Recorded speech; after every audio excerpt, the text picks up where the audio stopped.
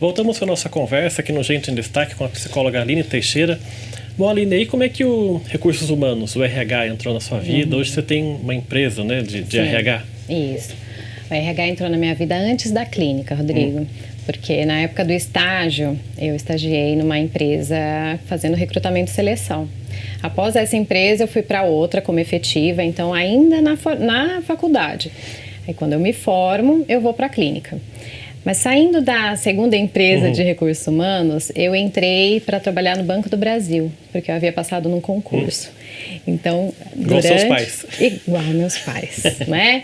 Então, quando eu me formo, ainda, né, estava no Banco do Brasil, aí então eu levo a clínica e o banco juntos, durante 5 anos. Quando deu 5 anos, o banco me exigia bastante. Eu comecei a substituir dentro da agência, e então eu fiquei com o banco, né, por um tempo. E aí saio me mudando com o meu marido, me torno selecionadora no Banco do Brasil. Então eram trabalhos eventuais, onde nós viajávamos para fazer seleções internas. E há 9 anos atrás eu fiz a transição de carreira, saindo então do Banco do Brasil e retomando a clínica. Você pediu demissão do banco? Eu pedi. Que risco, né? Num primeiro momento eu saí de licença, era uma licença não remunerada, e depois em 2019 eu saí definitivamente. Então hoje conto com 9 anos longe do banco. Né? E você escreveu também um livro em parceria também sobre coaching para pais, não foi isso? Isso. Então, logo que eu faço a transição de carreira, volto a atender na clínica e também muito com orientação a pais, né? E principalmente a mães. Foi aí então que eu escrevi um capítulo sobre timidez nesse livro Coaching para Pais 2. Então, eu sempre atuei nessa área de família. E ano passado resolvi fazer mais uma mudança, adquirindo então uma empresa, uma unidade franqueada de recursos humanos. Hoje eu concilio a clínica com os recursos humanos na empresa, né? E hoje trazendo também trabalho de saúde mental para as empresas tão importantes. Palestras, assim? Exatamente. Então, palestras principalmente em saúde mental. Agora, com a atualização da norma regulamentadora 1, é fundamental que as empresas possam levar com mais ênfase a saúde mental para as empresas. Então, esse é meu papel hoje. Coaching, RH e psicologia andam mais ou menos juntos ou não tem nada a ver? Andam mais ou menos juntos, sim. Hoje, o coaching, ele, assim como em qualquer profissão, várias fases aconteceram com o coaching, não é? Então, houve um boom no mercado de muitas pessoas se formando coaches, e é uma metodologia realmente muito bacana, que bebe da fonte da psicologia, com certeza, da administração, né? Então, vai trazer essa consciência para a pessoa da necessidade da ação. E a psicologia também traz essa importância, né, de nós trazermos, colocarmos essa integração entre pensamento, sentimento e ação. Né? E o RH, então, para o desenvolvimento da carreira da pessoa, para enfrentamento de novos desafios, as 3 coisas caminham muito, muito juntas. Você falou que em 2019 começou a carreira da empresa, né? Não, em 2019 eu saio definitivamente do banco. Eu perguntei isso porque em 2020 entrou a pandemia, pois né? Pois é. Como é que foi esse período? Em 2019, eu já estava há 3 anos atendendo na clínica e eu já atendi online. Então, para mim, não foi aquela correria e aquela adaptação tão importante para todo mundo que foi para o atendimento online, né? Então, eu já atendo pessoas de fora do Brasil, inclusive. Então, na clínica, que era o meu principal papel, né, na época da pandemia, foi, assim, bastante trabalho, né? Não vou dizer que foi tranquilo, mas em relação à forma de atendimento, eu já estava adaptada. Mas em relação ao número de trabalho, realmente aumentou. Né? Foi nessa época também que eu comecei a prestar consultoria para uma escola de São Paulo, que eu presto assessoria até hoje, para trabalho com equipe. Né? Então, equipe docente, esse trabalho é em saúde mental.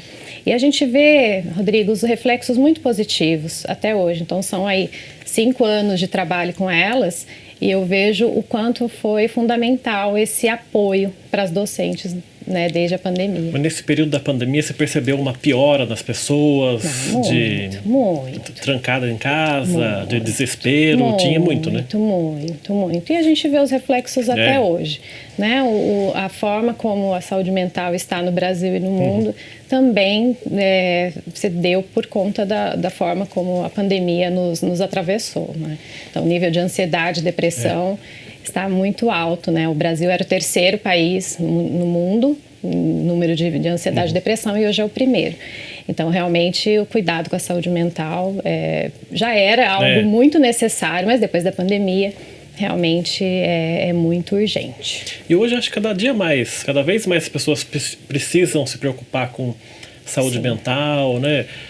Quando você é procurada pelas empresas para dar consultoria, elas procuram isso? Como é que se dá essa dualidade? Sim, hoje há a percepção de que o número de afastamentos ele cresceu muito, né? Afastamentos, processos trabalhistas, em decorrência da piora da saúde mental das pessoas, né? Então, com a saúde mental debilitada, a saúde física também fica debilitada. A questão social também fica debilitada. Então, a empresa e as pessoas têm muito prejuízo. Então, é importante que a gente possa colocar esse cuidado, esse olhar dentro da empresa, que também é um órgão social.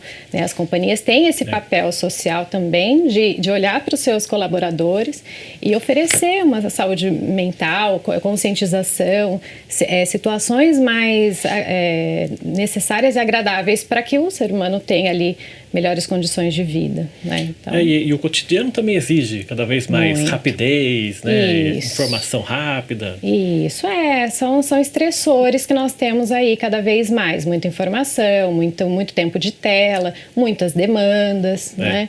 Então, ao mesmo tempo que hoje a inteligência artificial nos tira algumas demandas, olha, eu venho aqui para te ajudar, nós acumulamos ainda outros afazeres. Né? Então, é importante que nós cuidemos desse tempo de qualidade, desse autoconhecimento, né, que temos que desenvolver. É importante, eu digo, durante o dia, nós colocarmos pausas, né, durante o dia, porque senão as urgências vão nos atropelando e realmente a gente começa a ter prejuízo mesmo, muita ansiedade, vontade de fazer nada, né, ficar dentro de casa, não tem energia. Então é importante que a gente se cuide quanto mais. Nesses 20 anos que você tem de formada, você percebe a diferença do comecinho de formada para agora, do comportamento das pessoas em relação à ansiedade, isso aí? Sim. Né? Antes, lá, como a gente estava dizendo, muitas pessoas falavam, não quero nem conversar com um psicólogo, isso não é para mim, né? Não faz sentido. Então, eram pessoas que desenvolviam alguma síndrome, era muito pontual. Hoje, nós percebemos, e eu fico feliz, que essa importância tem sido dada à saúde mental justamente porque as pessoas estão sofrendo. Assim, não fico feliz por as pessoas estarem sofrendo, mas pela busca de cuidado. Né? É necessário, sempre foi. Seria muito legal se nós tivéssemos um olhar preventivo, né, Rodrigo, sobre as questões, mas não é o que o ser humano geralmente faz. Então, é quando nós temos sintomas, prejuízos físicos, sociais, de trabalho que a gente busca. Então, hoje, com os sintomas, infelizmente, as pessoas percebem que precisam de ajuda, mais pessoas. Né? E a importância dessas campanhas, por exemplo, o Setembro Amarelo de combate ao suicídio, como é que você vê isso? Se é uma coisa bem feita ou se precisava fazer o ano inteiro, né? Eu acredito que sim, que precisamos falar sobre saúde mental o ano todo, né? Ainda mais agora que algumas datas são colocadas, trazendo mais conscientização, eu espero e trabalho para que isso seja cada vez mais difundido.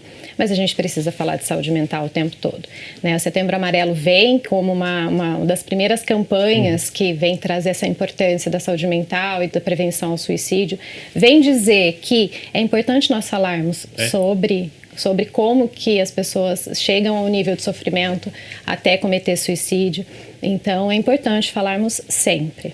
Porque até um tempo atrás, bem pouco tempo atrás, por exemplo, era assim meio que tabu falar em suicídio. Até a imprensa não abordava isso porque poderia gerar um gatilho, alguma coisa, e agora não, né? Exato, poderia incentivar, mas os números mostram que há diminuição Então, por isso, é importante que nós falemos o quanto mais sobre isso, sobre esse sofrimento, compartilhemos as nossas dores também, né? Porque quando a gente abre as nossas histórias, fala, olha, eu também já vivi isso, eu também já deprimi, eu também precisei de ajuda.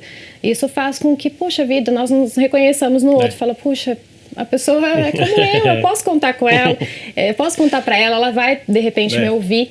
Muitas vezes, em relação à saúde mental, que as pessoas ficam com muito receio de dizer, não saber o que falar. Mas a pessoa vai me contar uma história de sofrimento e eu não sei o que falar.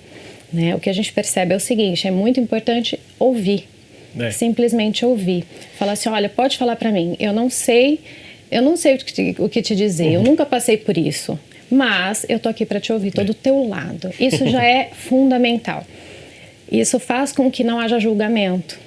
Né? Porque quando a gente fala assim, não, mas vem cá, você tem que fazer isso, mas procura aquilo, faz aquilo, você tem que... Isso é, de certa forma, uma violência. E a pessoa fala, poxa, essa pessoa não me ouve, ela não está comigo. Então, o simples fato de você ouvir e falar, cara, eu não sei o que fazer com o que você está me dizendo, mas eu vou te ouvir, eu estou aqui, é de fundamental importância. Hoje tem muita gente que quer falar, mas pouca gente que quer ouvir, né? Exato, é um treino, né? A gente precisa treinar, porque muitas vezes é isso, a nossa insegurança em o que eu vou dizer, eu não sei o que dizer, faz com que a gente evite, né, conversar com pessoas, né, muitas vezes que tem uma necessidade de saúde e muitas vezes isso acontece dentro da nossa casa. Muitas vezes temos ali um pai, um irmão, um esposo, uma esposa que precisa de ajuda, mas eu não consigo ouvir, não consigo dar o meu coração, o meu ouvido para estar ali com a pessoa. Para fechar esse bloco, aí uma pergunta mais de leigo. Qual é a diferença entre uma crise de pânico e uma crise de ansiedade? E como é que a pessoa que está do lado dessa pessoa em crise pode ajudar? A ansiedade é um estado que pode acometer já mais, digamos, cronicamente, tá? Então, ela é uma questão biopsicológica e social, né? Então, ela vem de uma hereditariedade também. Então, se nós temos pais com ansiedade, a chance do filho ser acometido por ansiedade é de 25%. Quando a gente vai tratar um filho com ansiedade, nós precisamos olhar para essa casa, para esses pais. Então, ele é hereditário também, né? E também da forma como a educação aconteceu e também como é o dia a dia dessa pessoa, tá? Então, nós podemos ter uma ansiedade crônica. Já a crise de pânico é uma crise pontual de ansiedade aguda, né? Então, quando a pessoa ela se sente sem controle. Acho que vai morrer, né? Algumas pessoas acham que vão morrer, outras pessoas acham que vão ficar louca, né? Então é a sensação. Quando você pergunta o que você sentiu naquela hora, parece que eu ia ficar louca, parece que eu ia morrer, né? Então o ar não entra, a pessoa não consegue se controlar, muitas vezes ela entra numa crise muito, ela é tomada pela ansiedade, né?